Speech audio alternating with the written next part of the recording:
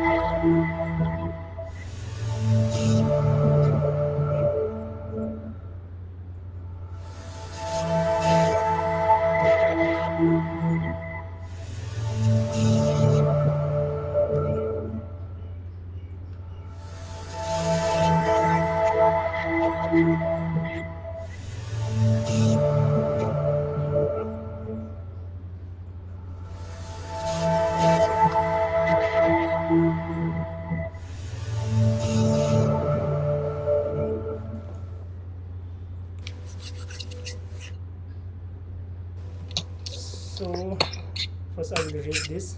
Let me read this first. So today we are, as I mentioned before, we are now I'm going to read the Sanyutta Nikaya 20.1 Kolita Sutta with Kolita. Thus have I heard, at one time the Bhagava was dwelling at Savatthi in Jetavana, Anathapindika's Arama. There the Ayasma Mahamoglana addressed the bhikkhus. Avasa, bhikkhus. Avasa, the bhikkhus replied to the Ayasmata Mahamoglana. The Ayasma Mahamoglana said this: Here, Avasa, while I was alone in seclusion, a thought arose in my mind. It is called the noble silence. The noble silence. What now is the noble silence? Then outside, it occurred to me here, a bhikkhu, with with the stealing of initial and sustained thought, enters and dwells in the second stage of meditation, which has an internal confidence and unification of mind, is without initial and sustained thought, and is born of concentration, filled with rapture and joy. This is called the noble silence. Then also, I, with the stealing of initial and sustained thought, entered and dwelled in the second stage of meditation, which has an internal confidence and unification of mind, is without initial and sustained thought, and is born of concentration, filled with rapture and joy. While I was dwelling in this state, also perceptions and attention accompanied by thought assailed me. Then also the Bhagavan approached me by means of spiritual power and said, Moglana, do not be negligent, Brahmana, regarding the noble silence. Settle your mind in the noble silence. Unify your mind in the noble silence.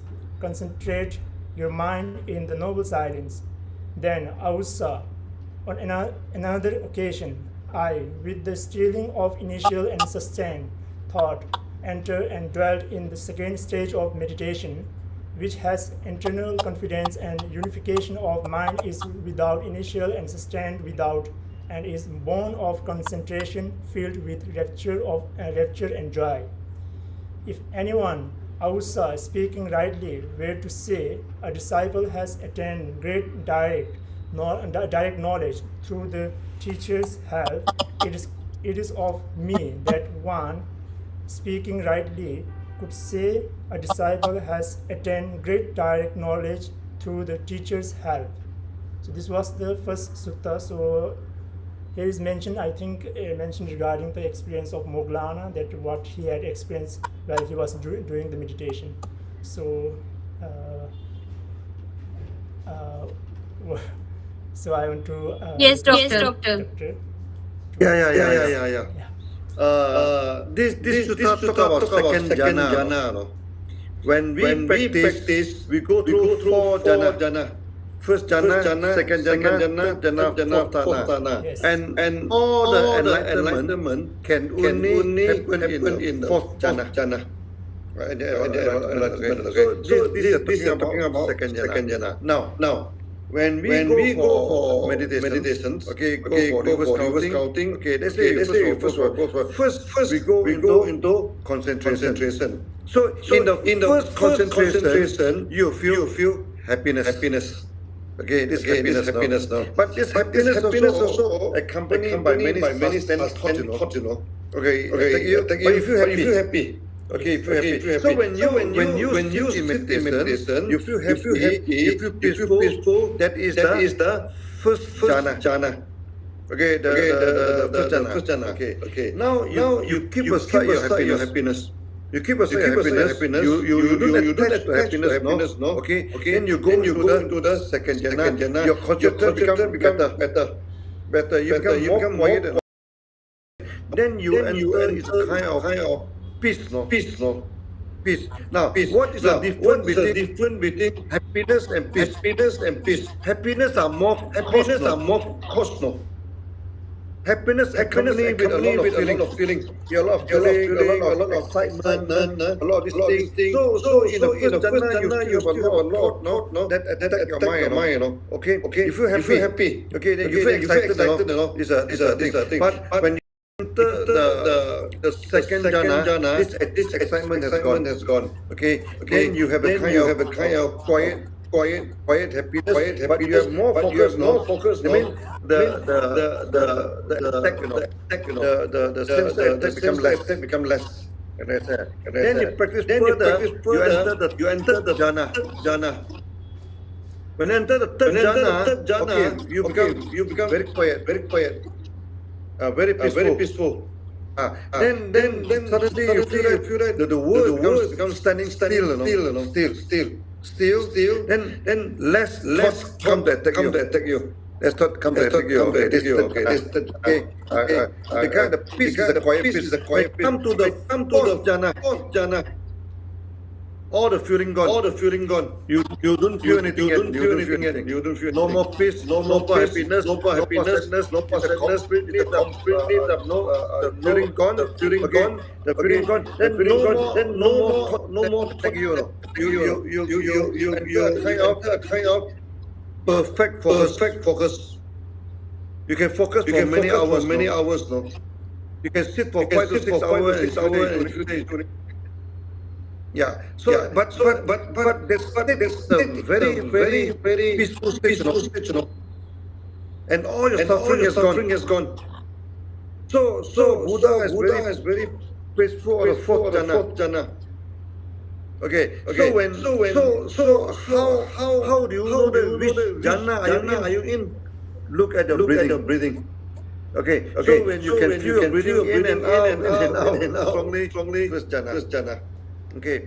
You feel your breathing very soft, long and soft. You feel peaceful. Second jhana. Okay. You feel the feeling is very softer, very hard to feel, Third jhana. When the breathing stop, fourth jhana. When fourth jhana, breathing always stop. Remember. Actually stop. You still breathing. You stop, you die. What do you think? You cannot detect your feeling. When you cannot detect your feeling, okay, you're in the fourth jhana. So I hope you understand.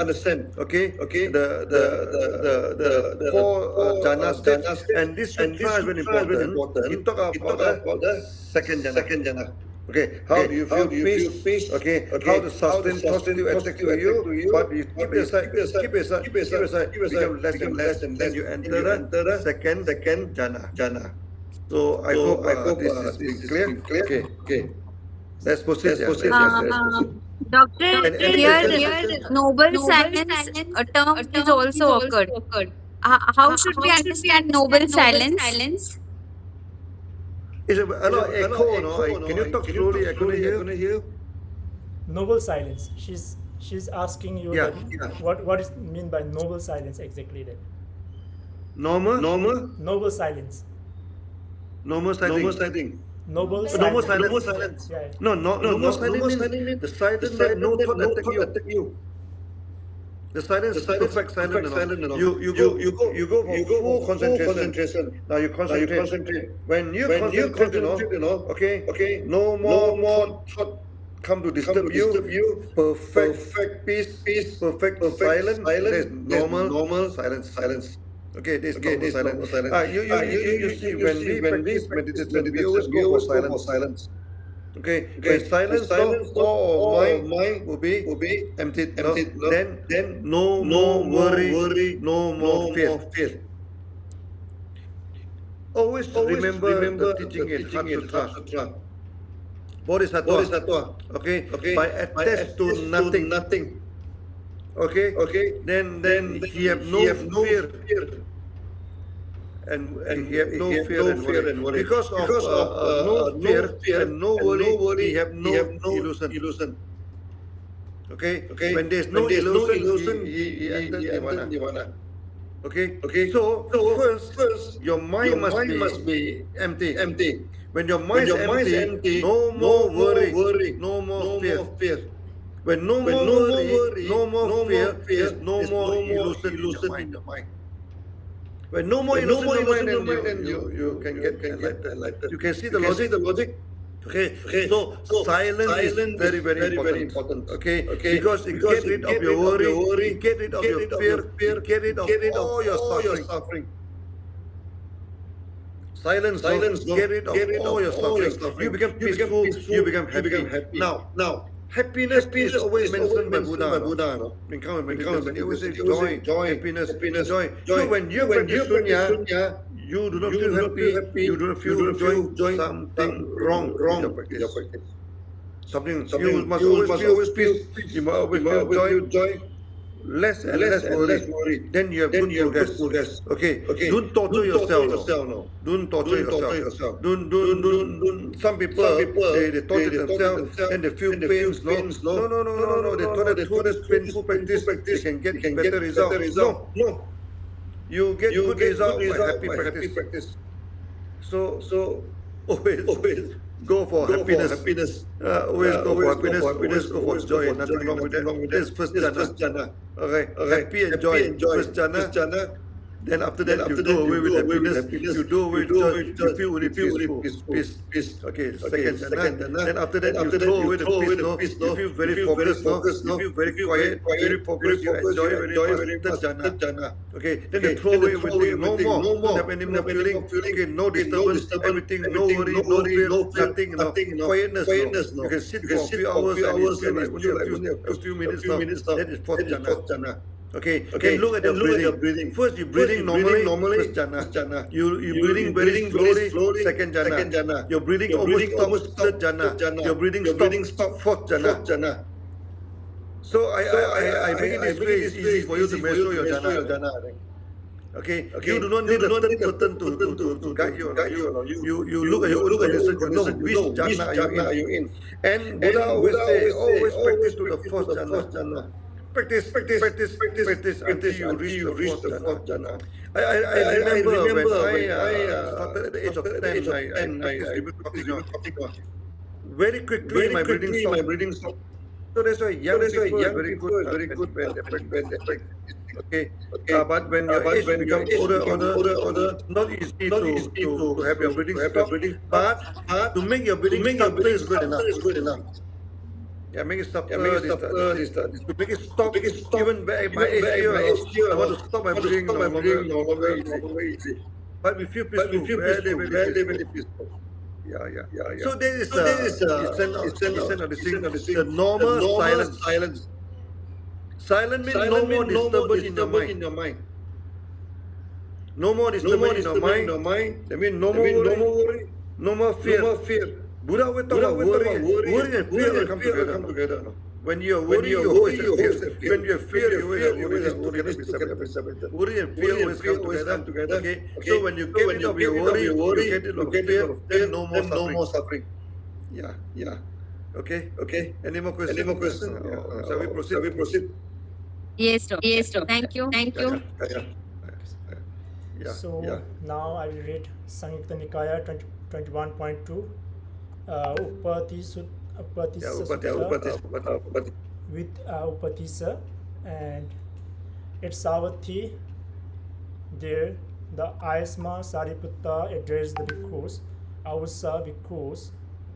Avasa, the bhikkhus replied to the Ayasma Sariputta. The Ayasma Sariputta said this: "Here, Avasa, while I was alone in seclusion, a thought arose in my mind. Is there anything in the world whose change and alteration might give rise to sorrow, lamentation, pain, grief, and despair in me? Then, Avasa, it occurred to me, there is nothing in the world whose change the alteration might give rise to sorrow, lamentation, pain, grief, and despair in me." When this was said, the Ayasma Ananda said to the Ayasma Sariputta, "Avasa, Sariputta, would not even the change and alteration of the teacher give rise to sorrow, lamentation, pain, grief, and despair in you?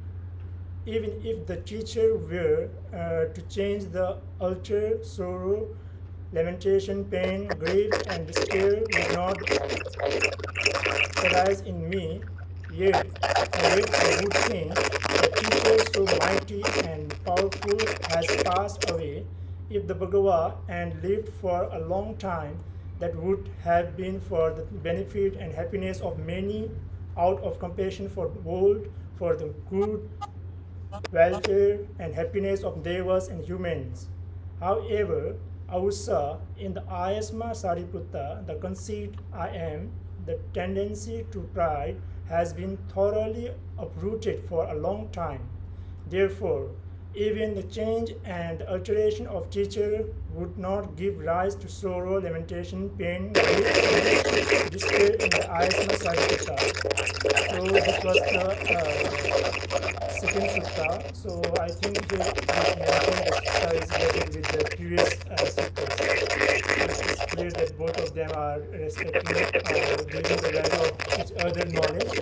And I think we can also know that whenever one can attend this stage, what Sariputta and Acharya, Maulana can sorry to interrupt. Acharya, can you hear the voice clearly? Yeah, it's Yeah, something. a lot of echo, but never mind, continue. Yeah, A lot of yes. echo. Okay, Doctor, I have to hang up and join from laptop. Just give me 5 minutes to continue. Yes. Am I audible actually? Yes, you are. Okay. You want me to explain this one? Grief? Yes, Doctor. I forgot that. Yeah. Please explain this one. Yeah. No. In this world, many changes bring suffering. Yes. Many changes bring suffering. You are living in a comfortable environment. Suddenly something happens to you. The thing become uncomfortable. Okay.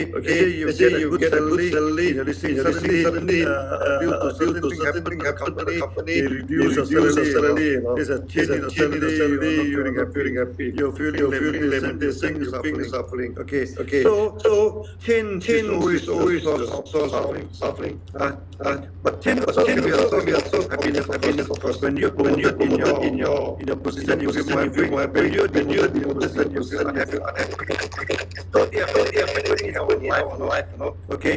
That created this kind of suffering. Okay. Then only Sariputta say that. Okay. You should not subject yourself to all these changes. Let the changes happen. This thing, you take it lightly, Then you want. So even another how about the changes in teacher? Changes means sometimes the teacher become old. Sometimes the teacher becomes sick. Sometimes the teacher pass away. Would it cause suffering?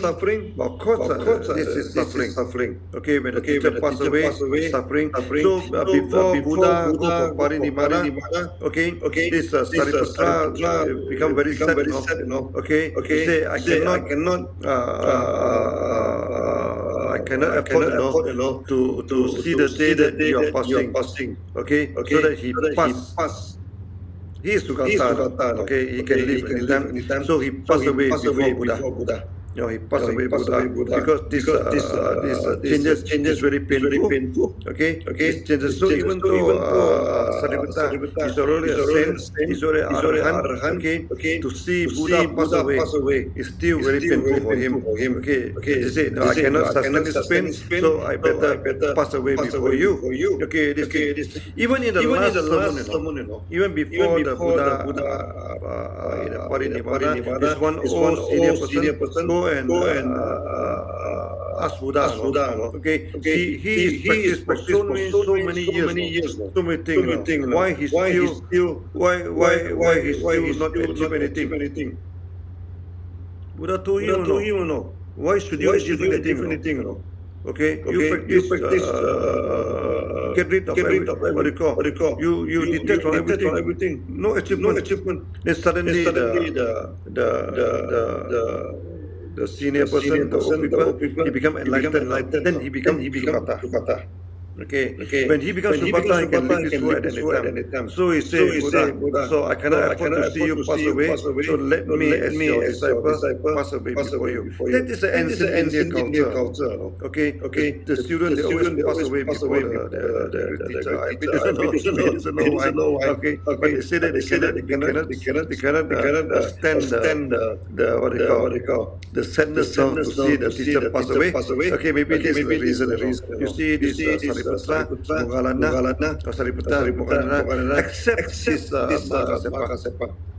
Because Buddha do not allow Mahakasapa to pass away. And he is still alive today. Mahakasapa is still alive today because he is supposed to pass the ropes and the bowl to the Maitreya Buddha many years ago. So if you are lucky, maybe you can see him once in a while. I don't know. Yeah, this thing. There are a few people claim that they have seen Mahakasapa before. Even Xuan Zhang, Xuan Zhang, when he go to India, okay, he met tiger, a lot of lion, so suddenly one monk come to him and said, no worry, this lion will not harm you. So please meditate together with me. So Xuan Zhang meditated together with the monk, very handsome, tough monk. Okay. Then when he reached Nalanda, he told it to his teacher, the Siddhapadra. Then teacher from this is Mahakasapa. You have met Mahakasapa. Have manifested himself to Xuan. Now, for us, a normal being, we go through age, disease, and death. That's part of our life, and this is painful. Getting old is painful. Getting disease is painful. Dying is also painful. Okay. But Buddha say, face it, face it. You cannot run away from it. Okay. This is why the world is full of suffering. First law. Okay. Now you understand it. Okay. You detach from it. You become fearless. You have no fear of all this thing. Then you enter the nirvana. Yeah, that is the gist of the teaching. Yeah. Okay. So Am I? Yeah. Can I proceed, sir, doctor? Yeah. Is the sound okay? Because sometimes your voice is echo and cracky. I think that my line is not very good. Yeah. Yeah, let's proceed. Yeah. Okay. Sanyutta Nikaya 21.3 Gata Sutta, a mound of salt. Thus have I heard, on one occasion the Bhagava was dwelling at Savatthi in the Jetavana in the Arama of Anathapindika. At that time the Ayasma Sariputta and the Ayasma Mahamoglana were dwelling in Rajagaha at the Veluvana in the Kalandaka Nivapa in the same residence. Then, in the evening, after rising from his meditation, the Ayasma Sariputta approached the Ayasma Mahamoglana. Having approached, exchanged friendly greeting with Mahamoglana. After engaging in some talk, sat down in one place, seated at one place. The Ayasma Sariputta spoke to the Ayasma Mahamoglana as follows. Aussa Moglana, your faculties are so very clear and your complexion is pure and bright. Have you spent the day in a peaceful meditation? Aussa, I have spent the day in coarse meditation, but I have had some Dhamma talk. With whom, Ayasmata, did the Ayasma Mahamoglana have the discourse of the Dhamma? Asked the Ayasma Sariputta. With the Bhagava Aussa, I had the discourse of the Dhamma. At this time, Aussa, the Bhagava is dwelling in Savatthi in the Jetavana in the Arama of Anathapindika.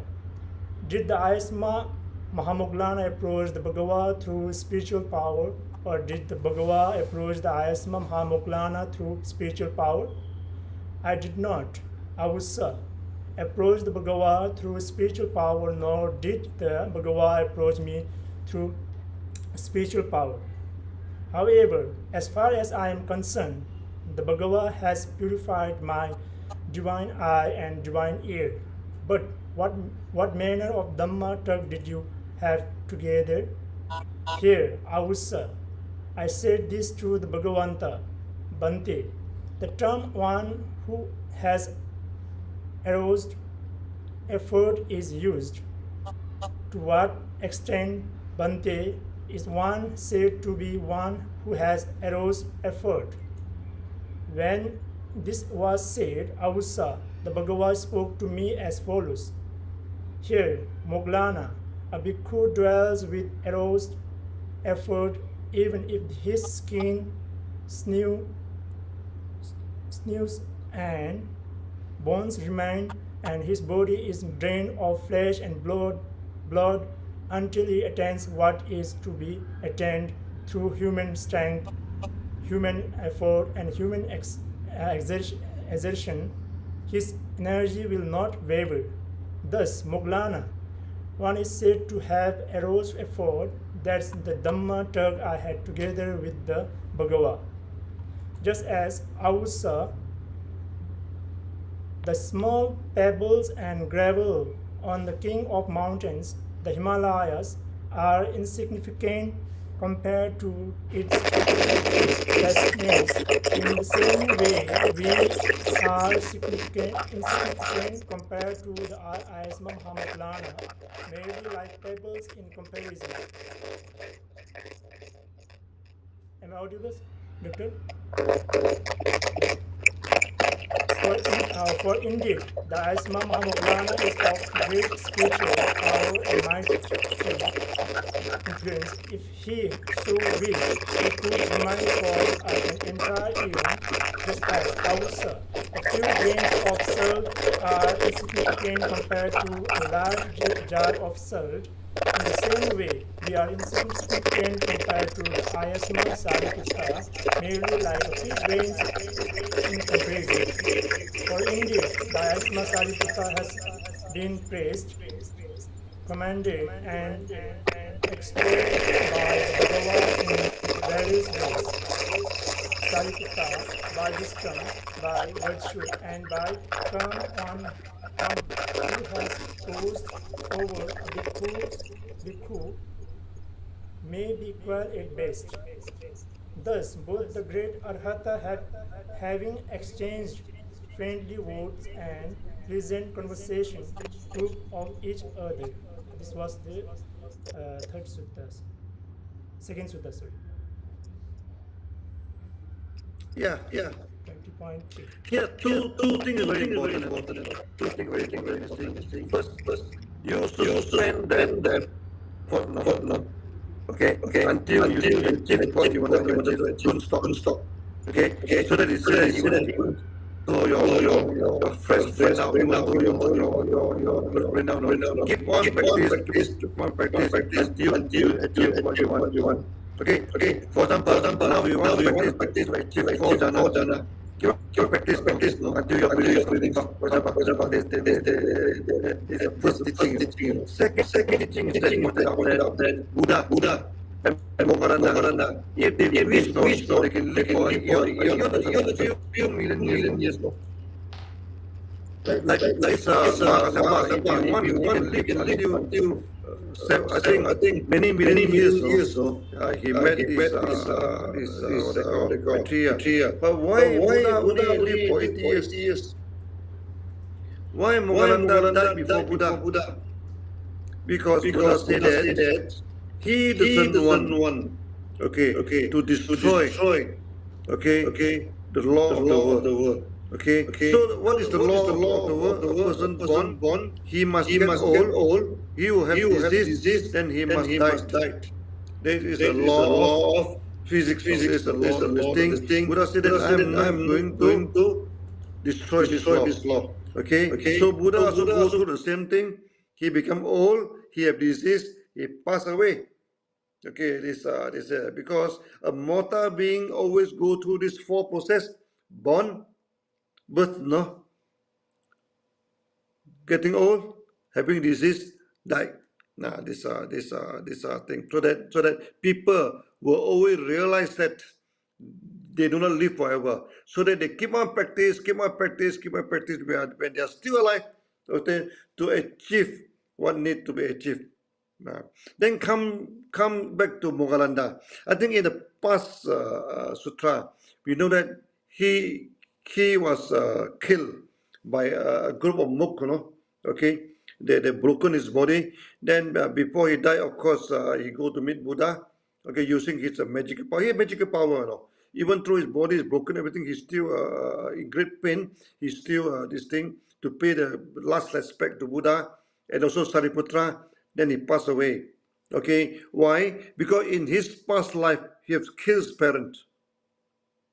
So when even he had attained the arahantship, no, the karma cannot avoid, cannot avoid.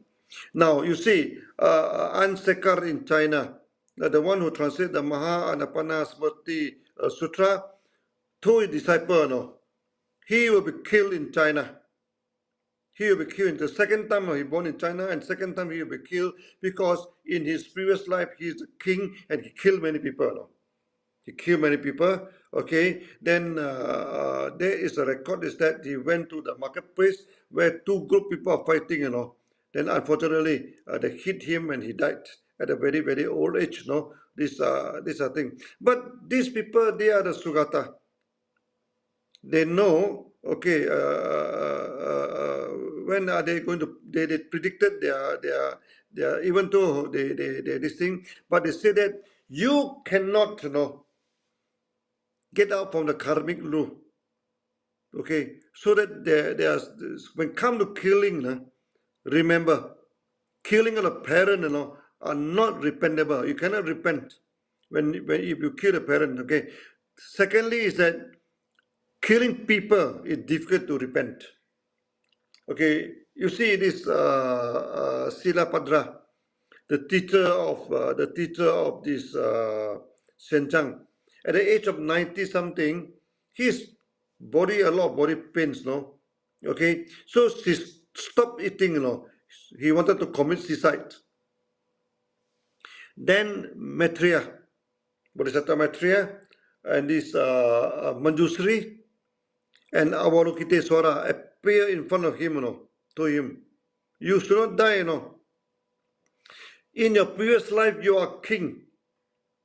And you kill a lot of people, That's why in this life, there's a lot of pains in your body. You must endure this, Okay? You should not commit suicide.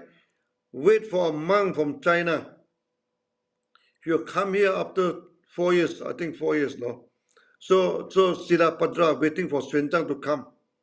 About 4 years, So when he met Xuanzang, he's crying, By right, a student meet the teacher. The student should cry, But this case opposite, Silapadra crying because finally he met Xuanzang and he spent 4 years, teaching yoga chara to Xuanzang, 4 years. Okay, this the thing. Then eventually when Xuanzang go back to China, he established your Yogacara school. This school exists until today. This is a yoga school. Even China also, there are still many people practice this school. And this school is not easy to practice. You need to study a lot of name. You need to study a lot of terms. You need a lot of terminology to study. But some people, some scholars, they love to study terminology. So those people who love to study terminology, they can go to your yoga school. Okay, can go to this yoga school. Even in India, the yoga school full of name and term. This is a traditional yoga. This thing. Okay, but we are Sunya school. Sunya school, we are from the Zen school. Kumarajiva. The Zen school, we don't deal with name and term. That's why you don't see much name and term. That's why in Zen school, we don't have much name and term. Okay, that's why Zen school and yoga style school sometimes they are not good. They are not in a good term with each other. Zen are very simple. Go for simplicity. They don't have to. That is our Sunya. We don't have many name and term. But this is yoga school. A lot of name, a lot of term, a lot of study. But live it, live it. Both school are taught by Buddha. We should respect. So even a Yogacara school, we should respect them. These are the things. So maybe we have been talk a little bit further. So two things, Two things. Okay, you should spend effort, Keep on practice until you achieve what you need to achieve. Yeah, do your duty, practice well. Okay, first do your duty, practice well. observe Panchasila, okay, achieve what you get. Secondly is that, okay, don't opt for long life. Okay, your body will decay. Your body will decay. Your body will fall sick. We will die one day. Okay, that's why in Satipatthana we have this white bone practice now. We imagine a dead body, bloated up, okay, become purple, then the pus coming out, okay, then the flesh started to swollen and broken. So eventually there's only a bone, eventually there's only dust. And Buddha said that we will be like this, there's no escape. We will always be like this, there's no escape. That's why in India, okay, some yogi, okay, they like to put this S, no, on their forehead, or sometimes they put a three line, no, okay, to remember that one day you will become ashes. One day you become ashes. But unfortunately, it's over practice now. Then they cover everything now. They cover the whole body. This thing. Okay, these are the thing. That's why now two things. So you practice hard, to what they call to achieve all this thing. Secondly, you must understand even the Buddha, Moggallanga, they can live for 1 year, but they shown us that okay, they go through the old age, they go through the disease, they die, Okay, to remind you, you shall go through the same thing, Okay, so practice, practice and practice, yeah.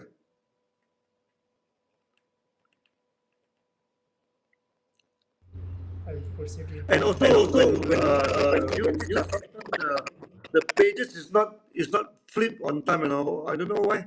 Okay, when you talk, the page should match up with your speech, Just now it stay for a long time. Do not flip. When you talk, when you change to a new pages, it should show on the screen as quickly as possible. Yeah. Okay, let's proceed. Let's continue. Ma'am, you are not audible. Ma'am, Rucha ma'am. Okay. So I will proceed now. Sanyutta Nikaya 21.4. Nava Sutta, a junior bhikkhu. Staying in Savatthi at that time, a certain newly ordained bhikkhu, after returning from his alms round and eating his meal, entered his dwelling and remained idle and silent. He did not assist the other bhikkhus during the robe making season. Then several bhikkhus approached the Bhagava, having approached, paid homage to Bhagavanta, and sat down in one place. Seated at one place, those bhikkhus said to the Bhagava, Bhante, a certain newly ordained bhikkhu, after returning from his alms round and eating his meal, enters his dwelling and remains idle and silent. He does not assist the other bhikkhus during the robe making season. Then the Bhagava addressed a certain bhikkhu, Come, bhikkhu, in my name. Call that bhikkhu, saying, The teacher calls you Ausa. Yes, Bhante. The bhikkhu replied to the Bhagava. He then approached that bhikkhu, having approached said, The teacher calls you Ausa. Yes, Ausa. That bhikkhu replied. He then approached the Bhagava, having approached, paid homage to Bhagavanta, and sat down in one place. Seated at one place, the Bhagava said to those bhikkhus, Is it true, bhikkhu, that after returning from your alms round and eating your meal, you enter your dwelling and remain idle and silent and do not assist the other bhikkhus during the robe making season? Bhante, I am attending to my own duties. Then the Bhagava, having understood the thought in that bhikkhu's mind, addressed the bhikkhus, Do not, bhikkhus, find fault with this bhikkhu. This bhikkhus is one who has attained the four stages of meditation, which are mental abiding of higher consciousness present dwelling in this very life. He is one who gains them at will, without difficulty and without trouble. For the sake of this, clansmen rightly go forth from household life into homelessness. He has realized for himself with direct knowledge in this very life the supreme goal of the brahmacharya, and having entered upon it, he dwells therein. This is what Bhagavad said. Having said this, the Sugata, the teacher, further said, not by negligence nor by mere effort is Nibbana to be attained, the release from all suffering. This young bhikkhu, this excellent man, bears his final body, having conquered Mara and his mount. So this was the 21.4 the suttas.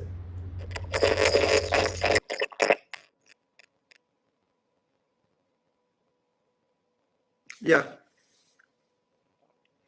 Actually, they what they call they scold the bhikkhu, the novice, know that he's not doing anything. He do not help to do the ropes. No, you see, sometimes they go for alms giving. They they get the old cloth, the old cloth. So when I go back, then they cut the cloth into a square, this rectangular shape. Okay, then they stick together, no? Okay, then they prepare the ropes. That is a day-to-day activity they are doing. And they say, hey, there's no way they're not doing that, Okay, but Buddha is okay because he said that these novices are practicing and getting the four jhana. Getting four. No, when you're practicing and getting four jhana, of course you cannot do anything. You have to stay still. That's why just now we say that the silence. No, you have to stay silent. You have to stay still. So Buddha said it's okay. It's okay for him because he is practicing and enter into the fourth jhana. This other thing, and this is the main purpose for you to become a monk. Okay, you should practice and get to this kind of happiness, to enter the fourth jhana. So the Buddha excused this novice monk for not doing anything because he's practicing, he's doing his duty, okay, and get this a great achievement. Okay, this other thing. So now, two things to prepare the ropes is important, and to practice for getting the four jhana. Apparently, to practice of getting four jhana are more important than preparing the ropes. That is what is the thing, okay? Yeah, yeah. I think that's the point. So maybe I think we open for, what is the time now? We open for Q&A. We open for Q&A. Is there any question? No, sir. There is no question. Yeah, the line is not very good. Yeah. That means it's clear. Sir. Yeah. So we have time, right? Still, we have time. Yeah. There is connection problem also. So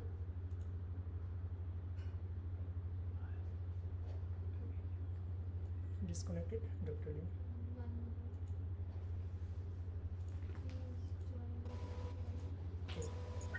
Yeah, my line on and off, It off and come back again.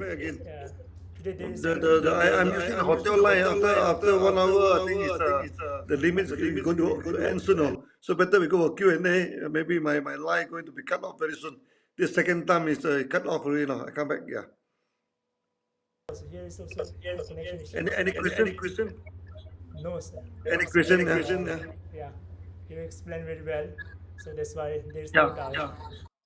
No, I think we make a summary of today's lesson, Okay, first we're talking about the four jhana. In case you don't understand the four jhana, try to look at the breathing. Okay, when you breathe, you breathe normally, that is the first jhana. When your breathing becomes very slow, second jhana. When your breathing becomes subtle, soft and very, very subtle, the third jhana, when your breathing stop, or you cannot detect your breathing anymore. Sometimes it's not stop, you cannot detect it. You want to detect it, then the fourth jhana. Okay, that is. Then you're looking at your thinking. You feel happy, you feel excited, but there's a lot of thinking come to your mind. First jhana. Okay, you feel very peaceful, less thinking already. Okay, second jhana. So you feel very, very, very peaceful, very quiet, then the time is very quiet. Occasionally some thinking come to you, third jhana. 40, you feel totally quiet, okay, and no thinking come to disturb you anymore. Totally no worry, no fear. Fourth jhana. So this four jhana study well, because that is what you are practicing for this sunya. You must go through this four jhana, okay, because you cannot get enlightened without the fourth jhana. Fourth jhana is prerequisite for any enlightenment, Remember that, Remember that. So you must always understand this four jhana very, very clearly. So today we are dealing mainly with the second jhana. Okay, this I think when you have time, maybe you go for internet, try to get more information on this thing. Okay, then Buddha are praising, okay, that the getting this four jhana are more important, than making the roops. So I think that's all for today's lessons. Okay. Yeah, if there's no more question, maybe we'll see you tomorrow for the Yes. agamas. We are going to stop here, I think. Thank you so much, Doctor, for your time and your explanation, sir. Thank you so much. We'll see you next week again. And Rucha ma'am, is there anything to say?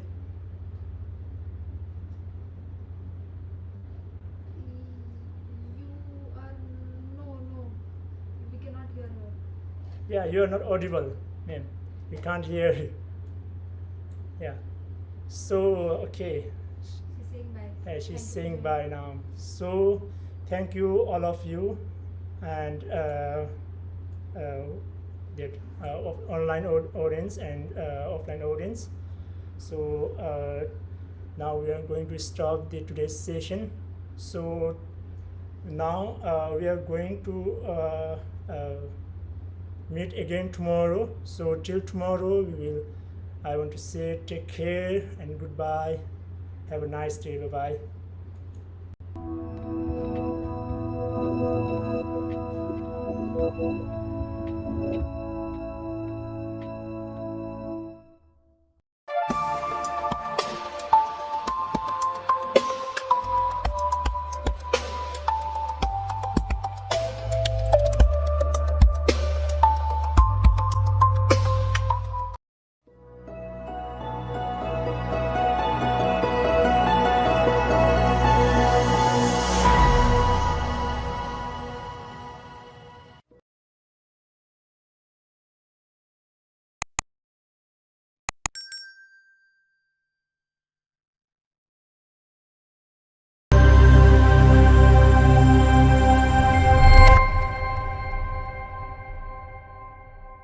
It was spread throughout India.